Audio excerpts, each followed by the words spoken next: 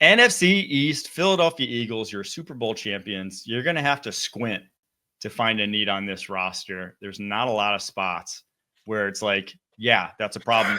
That's how you win a Super Bowl, though. That helps. That helps when you don't have a lot of problems. So where are you looking at as a need for them? I'm looking at the big old asses on the defensive line, and we're missing one, aren't we? There was one that walked out the door, a big old butt. Well, I found one. He's in Texas, and he wore orange for a while. His name's Alfred Collins, the defensive lineman, 6'5", 320 pounds. We're going to plug him right in there for Jeremiah Washburn's unit. They're just going to go get after it. They're going to get after people with Alfred Collins. He's going to be inundated with badassery because that entire group, as you know, they just punish people up front. Yeah. Collins, pick 64. I don't know if he slides that far. And I don't think they're going to draft him at 32. And maybe. It could be. His tape this past year in the run game was elite.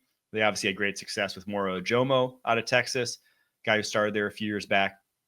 So I wouldn't be surprised. I went with corner, though, as their biggest need. Obviously, Darius Slay out the building.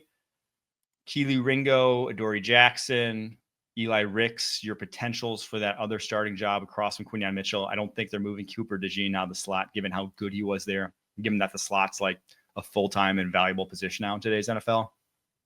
So I went Savone Revel, the cornerback out of ECU, one of the biggest wild cards in this, not even just this cornerback group, but like the entire draft class, because tore his ACL just a few weeks into this past season, but he's 6'2". He's so rangy. I mean, just watching how he moves. He's built like L'Jarius Sneed. He reminds me of Antonio Cromartie, where it's just like, man, that guy at that size should not be moving like a 5'10" corner, right? And that's how L'Jarius Sneed looked too. So yeah, he's tall like Sneed, but he is thicker than Sneed. So for the Eagles, they are uniquely one of those teams that could just take a guy who may not, coming off an ACL may not be a big impact year one, but with really, really high. That's an investment. Yes. That's a high ROI, as we call it, investment. That's, a 3X leverage sort of cornerback play. All right. Washington Commanders. They did a good job in free agency of kind of plugging, filling, not a lot to be desired on this roster. Where do you see as their biggest need, though? For the Washington Commanders, I think you just have to find a way to continue to add pieces to help out that young quarterback. And he took you guys damn near to the promised land this past season. They went and they addressed the left tackle with Laramie Tunsil, and that remains to be seen if they've struck gold there. But I think they go with a guy like a Luther Burden III. They need another receiver, somebody to be able to help give another surefire option to Jaden Daniels, and I think they get that young Mizzou receiver, the third of his name. What do you think they do with Brandon Coleman? Because I think their O-line is still, like Allegretti, Wiley, yep. They're vets. They're not bad, but it's like you're kind of keep up with the Joneses here, and the Joneses are the Philadelphia Eagles, and you're still a good ways behind them in terms of talent up front. Do you think investing? I think the big separator here is the superstar at the quarterback position, and I give credit to Jalen Hurts, and Jalen Hurts is a Super Bowl winner. He damn near was a 2-time Super Bowl winner against Patrick Mahomes. But Jaden Daniels will beat you with, whatever army you show up with. And for Brandon Coleman, it's good to have an opportunity to have a guy with some experience there at the offensive line to be able to swing. I'm not sure his ability to swing, but he can go inside or outside.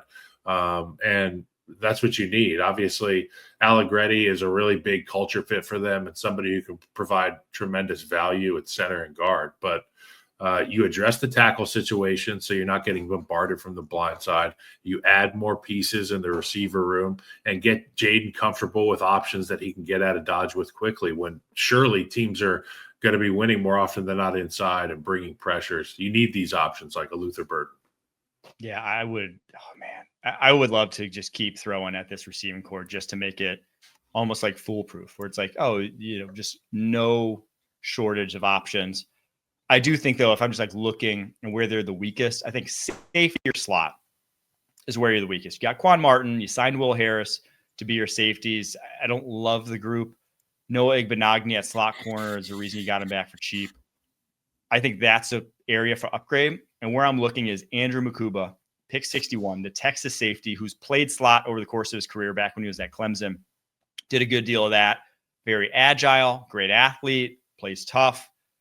I think he's one of the better safeties in this draft class, but also like fills exactly kind of that niche that I'm talking about that's needed for this Washington Commanders football team. Let's get to the Dallas Cowboys, where another lockstep pick for us. Playmaker, wide receiver, offense, help for Dak, help for CD. Now, I don't think running back is where I'm necessarily going, but if you pick Ashton Genty, I'm not hating it. But we both put Ted McMillan down here. This is good. Why does it make so much sense to you? It just makes sense because we've seen this dog and pony show they do at the Cowboys Stadium at Jerry's World, and it's just CD and Dak, CD and Dak, CD and Dak. People are begging for a running back. People are begging for another receiver option. This is a guy who has that true number one receiver type ability, and he showed that in college, and now you get the opportunity to put him across from CeeDee Lamb or next to CeeDee Lamb, and it's going to cause fits for defenses, and it makes the strengths of your football team even stronger. I think it's a no-brainer. Yeah, I just think he has such a high floor. And again, I think people are kind of grading him as, why this like poo-pooing him as if he's this high-end number one. And, usually to go top 10, you need high-end-ish number one traits. If he's your number two, if you're pairing him with CeeDee Lamb, he doesn't have to be number one. Yeah, exactly. Like that guy is a high end number two. It's like a T Higgins at number two, where, if he's just getting singled up consistently and doesn't have the safety help rolling his way, he is cashing checks. So Ted McMillan, pick 12, it just would be hard pressed if I'm the Cowboys to pass on a guy like that if he's on the board. All right, New York Giants, last of the East. Another team that really filled out a lot of holes in free agency. They were big spenders. Again, we've talked about how the job keeping spending spree was in full effect this offseason, doing anything you can just to make it to the playoffs this year, to 9 wins, 10 wins. So you're not out the door. I think I liked what they've done so far. Now, obviously, this quarterback sort of competition remains to be settled. It screws my whole draft. I don't know what to do with my draft. But now, I think DT, you said playmaker, though. You think still offense, which I don't hate. Again, if you're trying to win now. We're in New York, baby. We're in New Jersey, baby. Immediate impact sort of guy. I want Travis Hunter, okay? Yeah. I want the most exciting guys that the world has to offer on my football team, the most explosive types of playmakers. And you've got 2 quarterbacks now. Go get 2 true number one receivers and a number one DB there, and Travis Hunter, and you can do whatever you want with the play share, the snap share there, defensively and offensively. Put him out there with Malik Neighbors.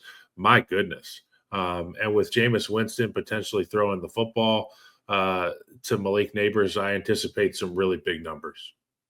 I went a little different route. And again, if Travis Hunter's there, and again, if you're not going quarterback, assuming Abdul Carr is off the board, that's who I'm taking.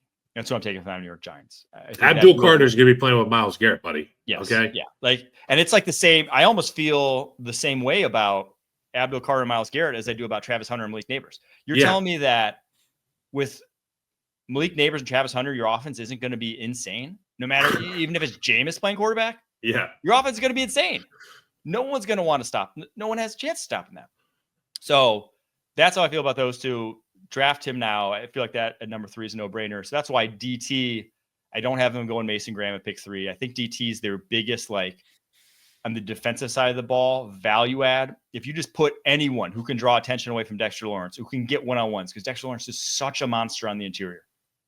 Anyone.